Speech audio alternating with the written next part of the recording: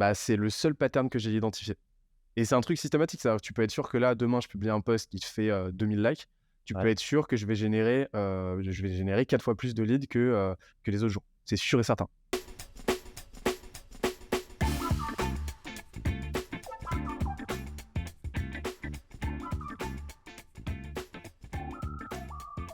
Pour ce 5e épisode, je suis ravi de recevoir Benoît Dubos, le fondateur de Scalesia.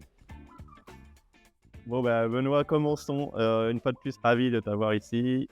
Une petite présentation pour ceux qui ne te connaîtraient pas. Tu es le CEO de Scalesia, une agence de growth, mais bien plus que ça. Tu vas certainement nous en parler. Ouais. Depuis presque 3 ans.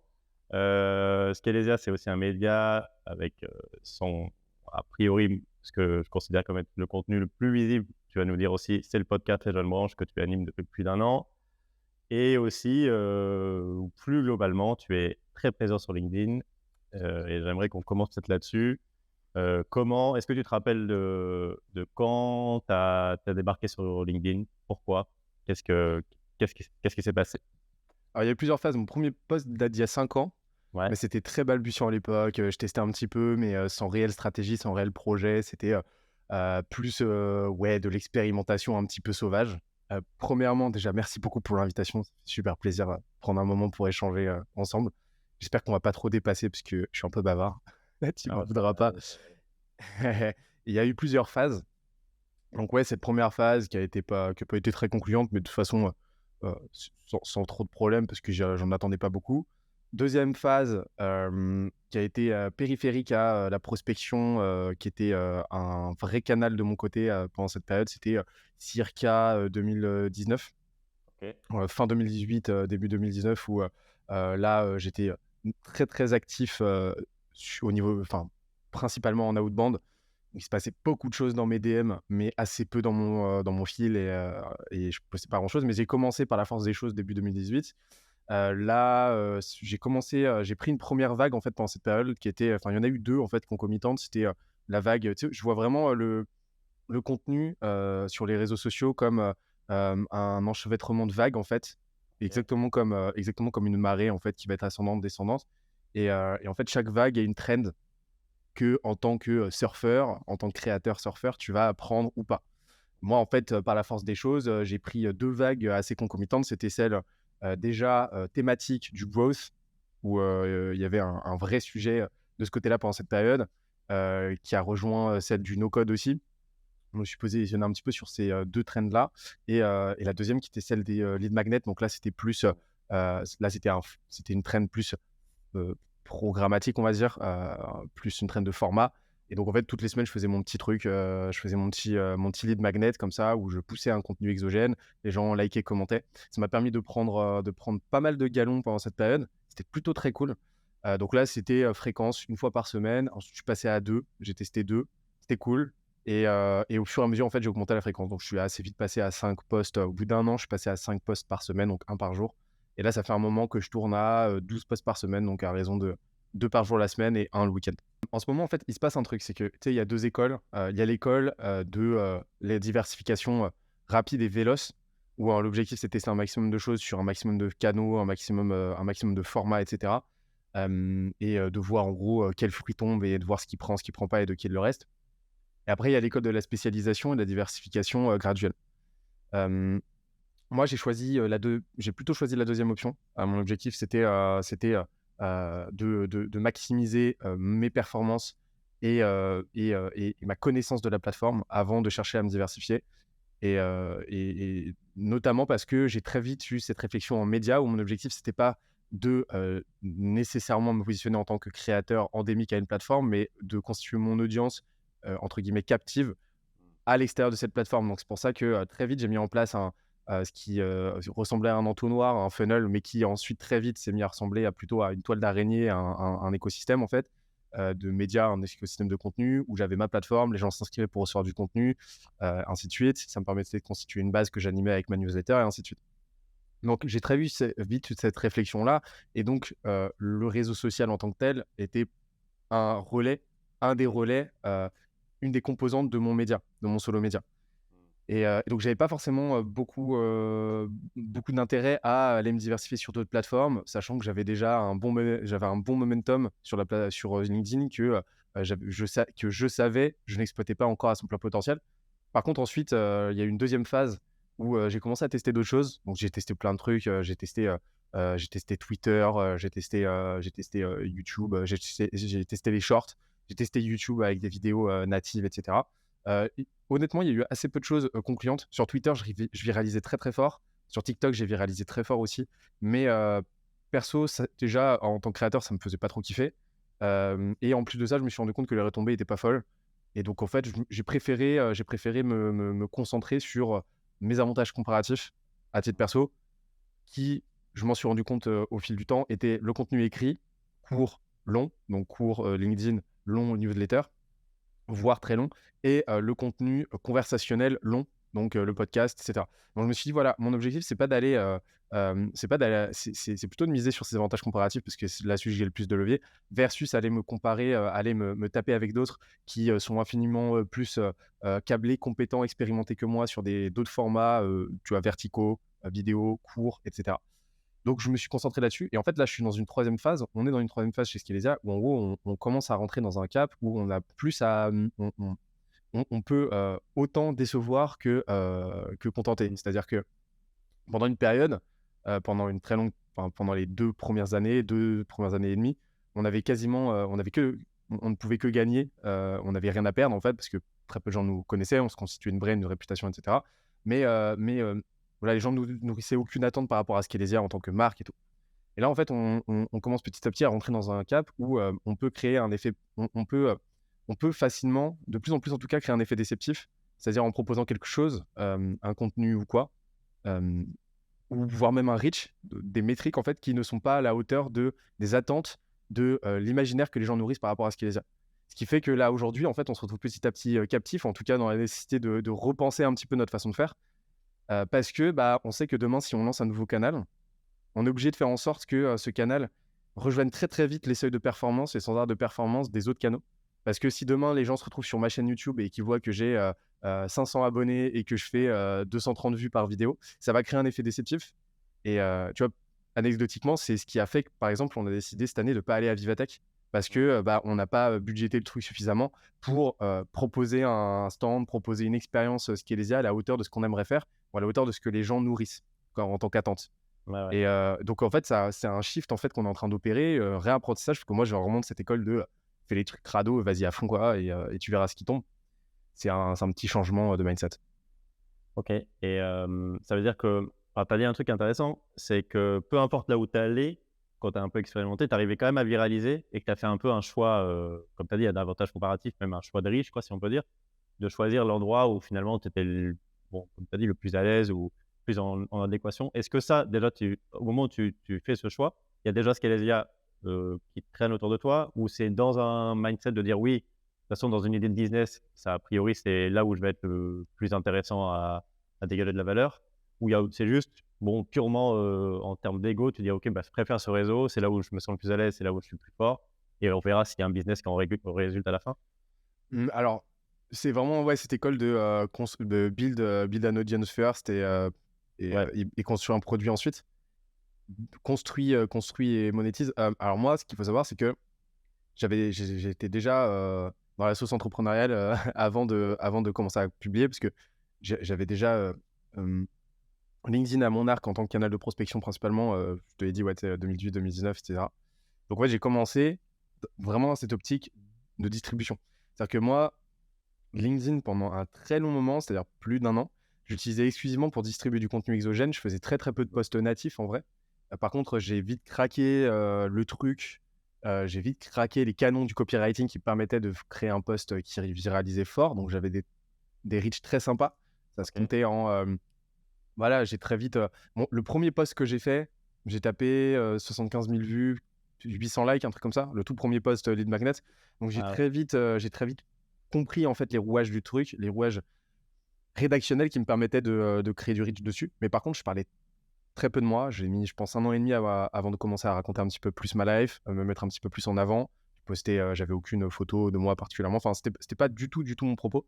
Et mon objectif, c'était principalement de générer du clic vers ma plateforme pour faire rentrer, pour apporter de la valeur aux gens et puis ensuite créer des interactions, nourrir la relation avec eux, à l'extérieur de LinkedIn. Donc ça a été le premier tenant. Donc dans un premier temps, un axe purement distribution et ensuite, je suis allé nourrir ça avec, un axe beaucoup plus branding, personal branding, positionnement aussi, c'est-à-dire, parler un petit peu de Skinesia, parler un petit peu plus de moi et en fait, c'est que très récemment, que, j'ai commencé à faire ce shift, on va dire à 50-50, entrepreneur, créateur. OK. Voilà. Où là, aujourd'hui, je vais faire cohabiter différentes typologies de contenu. Je vais parler beaucoup de Skinesia, je vais beaucoup parler de ce qu'on fait, mais je vais aussi avoir pas mal d'espace pour parler de, mes centres d'intérêt et cetera et c'est un petit peu mon journal de bord personnel. C'est venu beaucoup plus tard. Après, je ne saurais pas te dire, quelle approche, vaut le plus, mais par contre, je pense que quoi qu'il arrive, en fait, c'est très, très compliqué de faire, cohabiter, à la fois une ambition d'influenceur, tu vois? Un travail d'influence versus un travail entrepreneurial. Je pense qu'à un moment donné, tu as 2 voies, c'est 2 voies assez hermétiques et tu peux pas faire cohabiter les 2. Donc moi, j'ai Ouais. vraiment fait ce choix de l'entrepreneur qui partage son truc, mais j'ai absolument aucune ambition de monétisation directe de LinkedIn, par exemple. Ouais, OK. Pas mon sujet de toute façon, je garde, en tête que mon objectif, c'est de faire grossir, ma boîte et que, LinkedIn n'est qu'un axe de croissance, un levier de croissance parmi d'autres, avant d'être mon kiff personnel, sur certains points. Mais est-ce que le personal branding là-dedans, c'est pas la solution à ça? C'est-à-dire que c'est un peu le truc au milieu de l'influence qui vient où tu peux parler de toi et plus ou moins parler de ta boîte? Est-ce que Ouais, c'est pas complètement. l'alternative? Oui, c'est l'alternative. Bah, disons qu'en gros, hem, quand, ce qui va faire que tu as, quand même un hermétisme assez prononcé entre les 2 voies, Ouais. c'est que, hem, moi, mes métriques, de succès, sont quantifiées à l'échelle de ma boîte. Ce qui va faire que ma boîte réussit, c'est sa courbe, c'est l'évolution des courbes de chiffre d'affaires versus de rentabilité, Ouais. pondérée avec la courbe de bien-être, de mes salariés au sein de ma boîte. Voilà. En gros, moi, c'est les 3 métriques sur lesquelles je travaille. Si ces 3 courbes augmentent, je suis content. OK.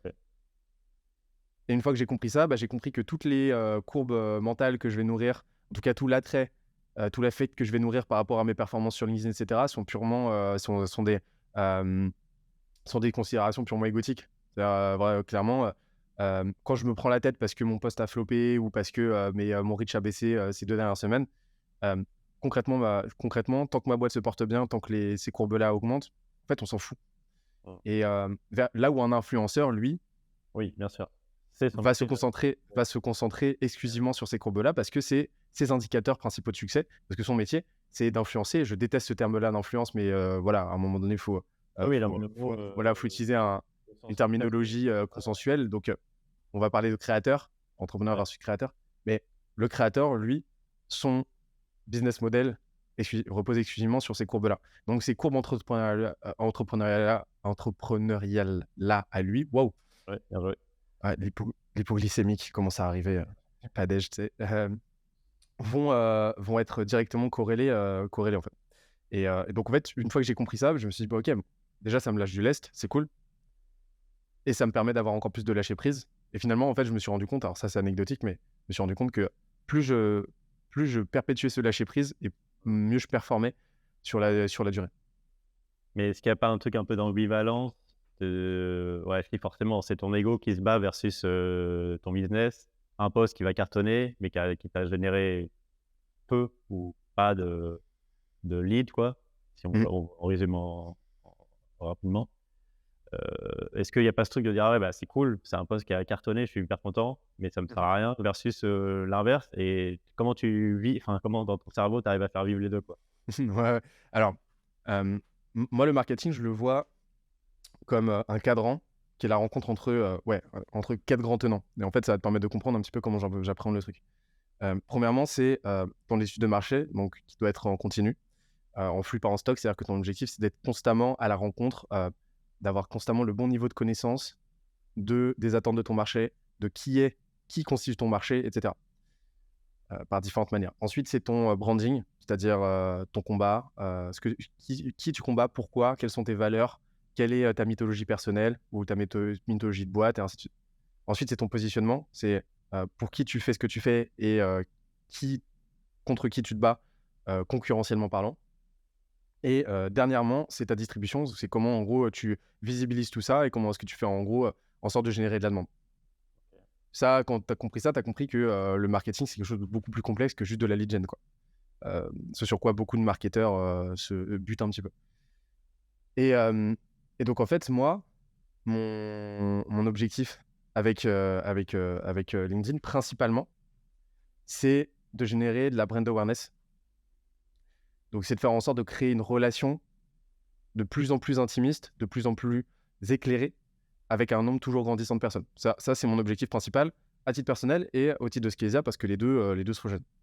Et en fait, j'ai compris un truc. J'avais une intuition pendant un moment, c'est qu'il y avait une porosité totale entre cette brand awareness-là et les retombées business. C'est-à-dire que j'avais cette intuition que peu importe le sujet dont j'allais parler dans mon contenu, si je faisais en sorte d'être présent pendant suffisamment longtemps et de nourrir cette relation-là suffisamment longtemps, et ben ça allait quoi qu'il arrive, donner des choses intéressantes sur la durée. Mmh.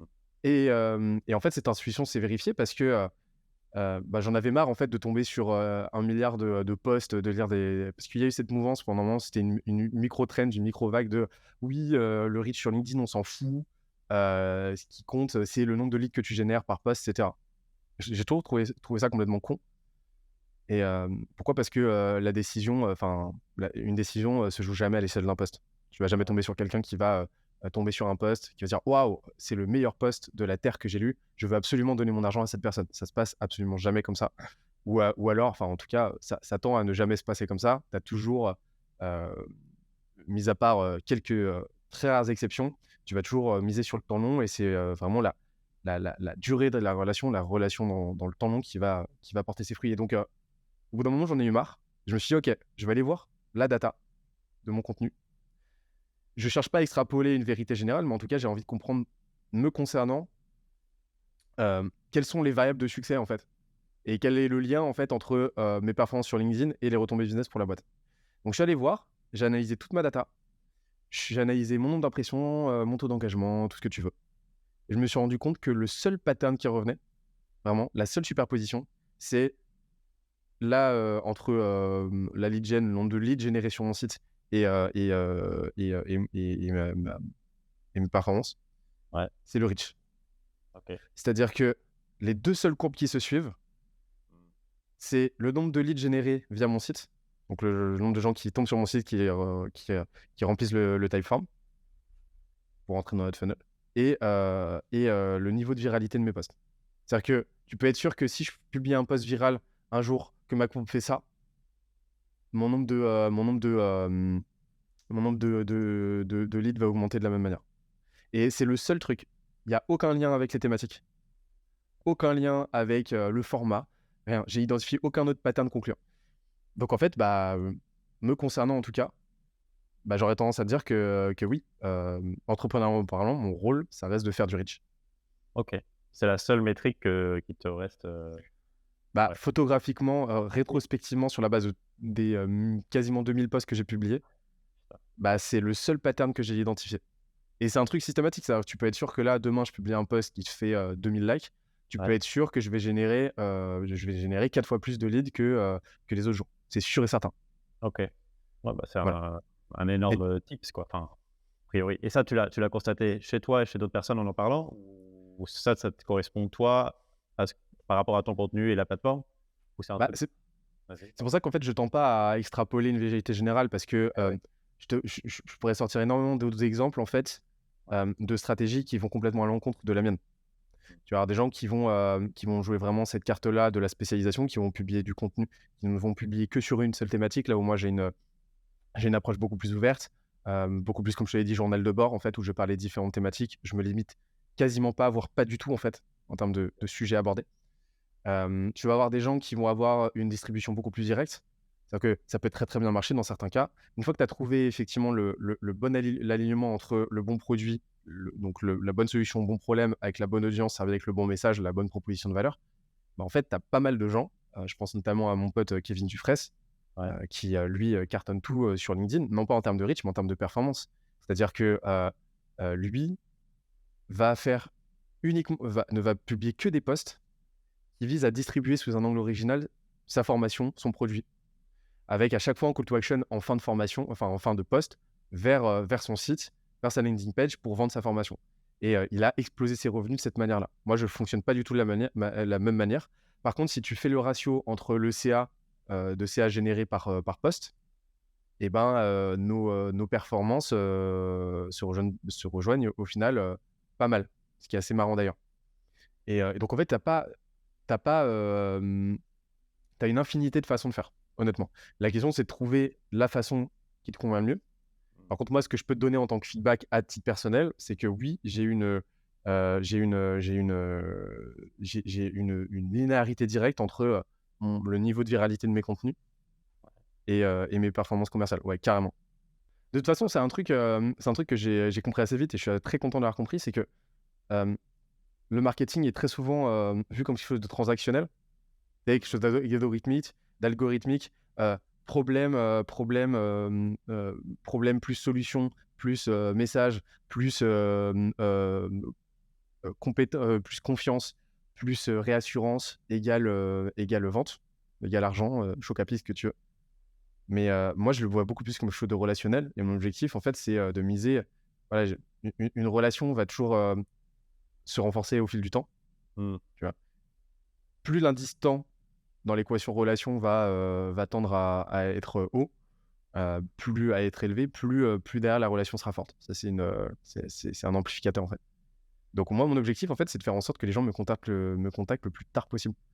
Je suis très, très content que quelqu'un mette 1 an et demi, 2 ans à s'intéresser à mon contenu, à devenir limite aussi expert que moi sur les sujets que j'aborde, en fait, à parfaitement connaître mon contenu, parfaitement connaître ma proposition de valeur, ce qu'il est, etc.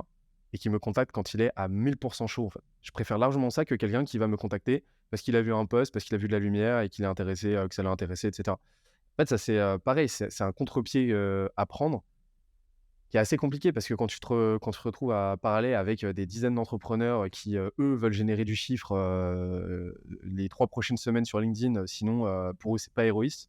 Oui. La notion de ROI fait quand même énormément de mal à l'entrepreneur en général. Et en France, on a vraiment cette approche-là très ingénieriale, input-output, que je trouve assez désastreuse et qui, je pense, cause un manque à gagner quand même assez considérable. Est-ce que ça veut dire que ça, c'est un de tes filtres à idées? J'aime pas trop ce mot. Et dans le contenu que tu vas proposer, tu essayes toujours d'avoir ce truc de venez, enfin, là, comme tu viens de dire, on peut le résumer, mais genre, venez pas me parler tout de suite, juste, je vous diffuse un contenu et c'est ça mon critère numéro un, quoi. J'ai envie que juste diffuser des contenus qui va être intéressant et j'en sais rien, qui va mettre les gens dans un mindset de OK, j'ai envie de m'intéresser plus à la boîte, sans ce truc de contactez-moi directement. Est-ce que c'est ça ton filtre numéro un de mon bloc-notes idée à je publie? Moi, en fait, j'ai pas. Moi, le seul. Comment dire. Moi, honnêtement, hein, moi, je m'adresse à 3 personnes quand je publie. OK. Je m'adresse soit au moi d'il y a 10 ans pour les sujets plus perso. Par exemple, les sujets santé, les sujets mindset, les sujets, on va dire, un peu transcendantaux, les sujets société et tout. Je m'adresse au moi d'il y a 6 mois à 3 ans pour les sujets business, pro et tout. Et après, je m'adresse à mon client idéal OK. pour les sujets qui ont attrait vraiment à mon cœur de métier, cœur d'expertise, etc. Et, et en fait, mon objectif, c'est de transmettre mes enseignements, mon savoir, ma vision, ma mission à ces 3 personnes-là. Une fois que j'ai ça, bah, en fait, le seul filtre que je m'impose, c'est est-ce que j'ai envie de parler de ça aujourd'hui? Est-ce que j'ai envie d'écrire là-dessus? Est-ce que j'ai envie de publier là-dessus? En fait, c'est tout. Et je me limite absolument pas. Et, et moi, honnêtement, et ça, c'est un autre truc qui est assez contre-intuitif, mais qui fait toute la diff, c'est moi, j'ai aucun problème à aliéner les gens, en fait. Enfin, j'ai aucun problème. Moi, mon contenu, c'est un filtre. Et je suis très content que quelqu'un se dise waouh, c'est qui ce connard avec sa casquette et ses lunettes, Ouais. qui parle, qui donne des leçons, qui donne des leçons, et cetera, parle de, sport alors qu'on en a rien à foutre, sur LinkedIn, qui va utiliser, des grossiers, enfin qui va parfois être vulgaire dans son contenu, qui va être punchy, qui va utiliser du storytelling. Ah non, non, jamais de la vie je suis ce type-là. Non, mais je suis très, très content Ouais, parfait. Oui. que mon contenu fonctionne comme un répulsif pour des gens avec qui, de toute façon, j'aurais absolument aucun intérêt, ni aucun plaisir, en fait, à discuter. Que ce Ouais. soit à titre perso ou que ce soit à titre business. C'est des clients que je ne veux absolument pas chez Scalesa. Et donc, et ça, c'est un truc à comprendre, à accepter et à revendiquer. C'est le fait que l'objectif de ton contenu, c'est pas d'attirer 100% du monde. Mmh. C'est d'attirer les bonnes personnes, les personnes qui vont fit, ne serait-ce qu'avec tes valeurs, tes principes, ta vision du monde. Pas à 100%, mais en tout cas avec qui tu vas te rejoindre sur un certain nombre de points et en gros, tout simplement, d'éloigner les personnes avec qui tu ne supporterais juste pas échanger au téléphone, ne serait-ce que 30 minutes. Voilà. Moi, c'est un petit peu le filtre que la raison pour laquelle je ne m'applique aucun filtre et je me limite pas, quoi. Et et c'est ce que j'aurais tendance à recommander, notamment aux entrepreneurs. Un influenceur, lui, aura plutôt intérêt au contraire, à être consensuel pour, ratisser le plus large possible et mainstreamiser au maximum. Pour moi, un entrepreneur, c'est tout l'inverse, au contraire. Ouais, OK. Non, ouais, bah, très bon conseil, bien sûr. Je te rejoins à 100 et ça rejoint ce que nous ont dit, nos précédents invités sur cette volonté d'authenticité ou en tout cas de pas tricher puisque dans tous les cas, in fine, tu as envie de toucher les gens, à qui tu t'adresses donc tant qu'à faire, autant que tu leur dises dès le début qui tu es parce que ça sert à rien de tricher, quoi. Donc ça se rejoint. On l'a dit un peu au début, tu as lancé avec Scalezia, vous avez lancé beaucoup de contenu. Peut-être que tu peux nous en parler de tout ce que vous faites autour de purement de l'agent, enfin de la catégorie média, mais il y a le podcast au milieu. Est-ce que tu peux nous en dire un peu plus, comment ça vous est venu? Pourquoi le podcast? Voilà. Ouais, carrément. Hem, alors, il y a eu plusieurs raisons. Déjà, il y avait, un aspect, il y avait une vague, en fait. Donc, c'est une des trends sur lesquelles on s'est positionné, clairement. C'est-à-dire qu'il y avait un momentum sur le podcast pendant un moment Ouais, et d'ailleurs, on a eu quelques mois d'avance sur le gros parce que c'est marrant, on a lancé le podcast en mars 2022. On a eu quelques mois où c'était un petit peu paradisiaque parce qu'il y avait pas grand monde et heu, alors qu'on avait un très bon momentum sur l'été, on s'est mangé un coup de surin dans la tronche pendant la rentrée 2022 qui était assez folle parce que tout le monde qui était assez fou parce que tout le monde a lancé son podcast à ce moment-là. En fait, on a eu quelques mois d'avance sur cette vague-là. OK. On a été rejoints par tout le monde ensuite et vu que le podcast par définition, en tout cas, algorithmiquement, heu, plateformiquement, on va dire et un canal, et un jeu à somme nulle, c'est-à-dire que tu as un classement, c'est très facile de monter, c'est très facile de descendre. Bah, la notion de concurrence dans ce contexte-là s'applique. Bah, en fait, clairement, on l'a ressenti mais on était très content de s'être positionné, en tout cas un petit peu en amont. Donc ça, c'était le premier axe. Le deuxième axe, c'était à titre personnel que, je vis à Toulouse, hem et que, donc ça va de pair avec, un coût d'opportunité en termes, d'échanges que je peux avoir avec des gens. C'est-à-dire que j'ai pas l'opportunité comme beaucoup de confrères, de consoeurs entrepreneurs qui sont sur Paris, Ouais. par exemple, qui sont en pleine ville. J'ai pas très souvent l'opportunité d'aller déj avec des entrepreneurs, déj avec d'autres gens et cetera.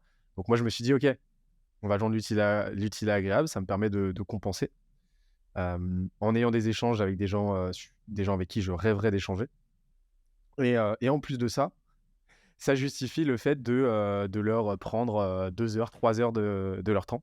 Là où, en général, un déj, ne serait-ce qu'un déj, tu as Ouais, 1 heure, tu 1 heure à tout tuer, commande et paiement de l'addition compris.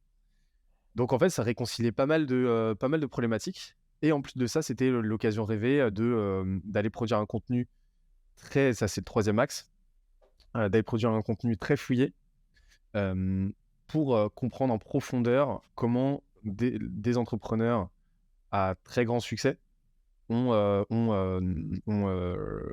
pensé la croissance de leur boîte.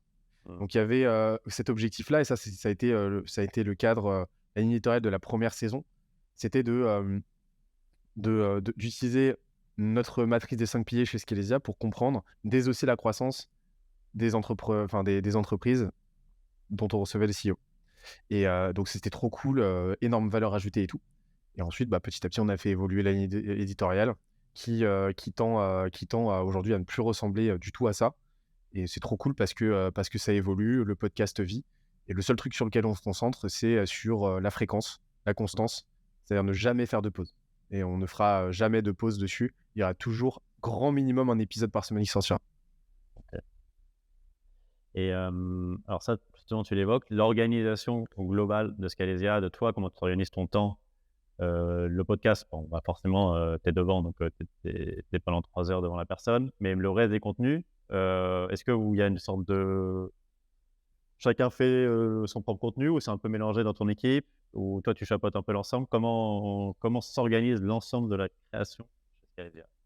Alors pour l'instant, on a une équipe média, on est 25 dans la boîte, bientôt 27. On a une équipe média de 4 personnes, moi compris. Donc c'est-à-dire média, on s'occupe de tous les contenus, à l'exception, des contenus, publiés par, des posts LinkedIn publiés par, respectivement, les gens au sein de la boîte, qui gèrent leur propre ligne éditoriale, qui font leur truc, c'est leur profil LinkedIn, en font ce qu'ils veulent. Donc en fait, on a 4 personnes qui s'occupent d'absolument tout le contenu que tu vois en ligne, soit brandé Scalesia, soit, voilà, donc, la newsletter, le podcast, les vidéos et ainsi de suite. Et après, comme je te l'ai dit, chacun, publie ou non sur LinkedIn, chacun se gère. Par contre, ce qu'on a mis en place, c'est, une review hebdomadaire, donc un call hebdomadaire qui réunit, tous ceux qui ont posté. C'est-à-dire que le ticket d'entrée pour rentrer dans ce call, c'est d'avoir publié un post LinkedIn ou de s'apprêter à publier un post LinkedIn qui a été rédigé, qui est prêt à publier. Et en fait, on fait de la review, a priori ou a posteriori de la publication ensemble OK. pour que tout le monde en bénéficie.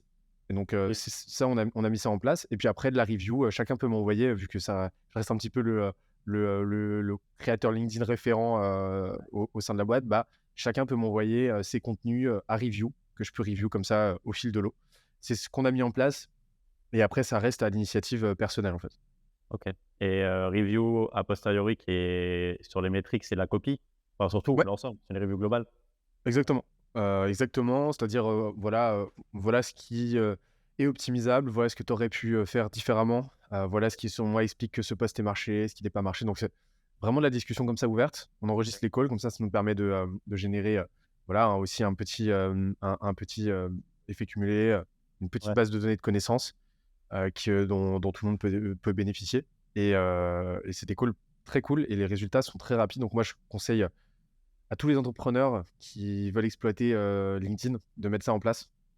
Et s'ils ont personne au sein de l'équipe, n'hésitez pas à payer un créateur, n'hésitez pas à payer un coach LinkedIn, qui sait voilà, qui a en tout cas un pédigré, qui a un palmarès, qui peut mettre en avant des métriques concrètes et qui fait preuve de pédagogie. N'hésitez pas à organiser ce genre d'ateliers qui peuvent vraiment, vraiment faire la diff, quoi. Et tu as vu, l'augmentation de l'engagement de ton équipe forcément là-dedans, avec cette démarche? Alors je t'avoue que je regarde même pas leurs métriques. Ah oui, non, mais je veux dire juste, en termes de nombre de personnes engagées dans ce truc-là? C'est-à-dire nombre de pe ouais, ouais, OK, Ouais, vous étiez 3 au call au début et vous êtes 10 quoi. En gros, il y a plus de monde qui publie grâce à cette pratique? Ou alors, pas? moi, ce que j'ai remarqué, je regarde même pas le nombre de personnes qui se pointent ou quoi, Ah OK. mais ce que je au global, en fait, ça a pas tant augmenté que ça. C'est-à-dire qu'on a quoi? Un tiers de l'équipe pour l'instant qui publie. Ouais. Par contre, ce que j'ai remarqué, c'est que les personnes qui publiaient un petit peu au début commencent à publier aujourd'hui de plus en plus régulièrement et avec de moins en moins de pauses. La pire chose sur LinkedIn, en gros, considère un truc, c'est que, si tu publies, 1 fois par semaine, ne serait-ce qu'une fois par semaine pendant un an, je peux pas le baquer avec une stat, mais c'est un ordre de grandeur. Ouais. Une fois par semaine pendant un an, tu fais partie, du 0,001% des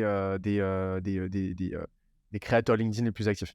Et ouais. C'est vraiment, c'est-à-dire que tu as une extrême minorité de gens qui publient sur LinkedIn, mais qui publient sur une échelle de temps qui se compte en années, avec une fréquence de plus d'une ou plus par semaine. Et tu fais partie d'une giga minorité. Et donc, en fait, moi, c'est ce que je leur explique. C'est que de toute façon, quoi qu'il arrive, c'est un marathon, c'est pas un sprint et que l'objectif, c'est juste de tenir la durée et que c'est cette fréquence-là et cette constance qui vont faire la diff. Et donc, moi, c'est ce que je regarde et je suis très, très content. C'est pour ça qu'on a mis en place cette mécanique du, ticket d'entrée, post. s'assurer que chacun ait un truc à publier au moins une fois par semaine. Trop cool. Hem, Dernière question. Tu as parlé beaucoup de vagues et de surf, sur les vagues qui allaient arriver. C'est quoi, ta planche favorite? Non, pas du tout. C'est quoi c'est quoi la prochaine vague, selon toi? Est-ce qu'on En est ce déjà moment, dans une vague? Est-ce qu'on en voit une autre qui arrive? Est-ce que l'IA, c'est une vague? c'est ce que j'allais te répondre. En ce moment, l'IA vraiment l'IA très fortement. C'est très compliqué.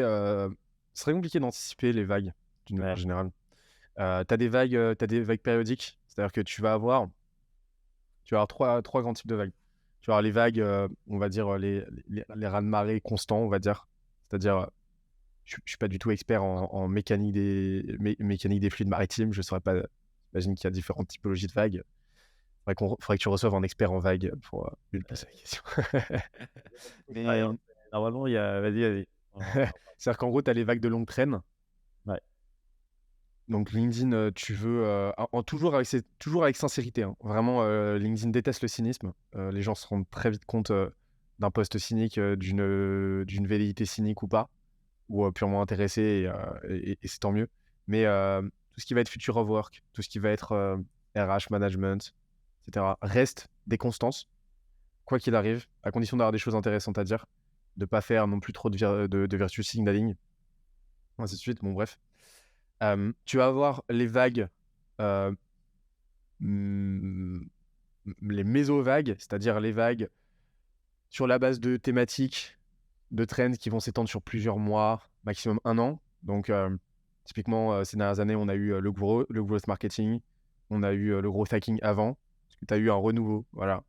Tu as eu le copywriting, tu as eu le no-code, tu as eu l'automatisation, et là, en ce moment, tu as, l'IA. ouais. Voilà.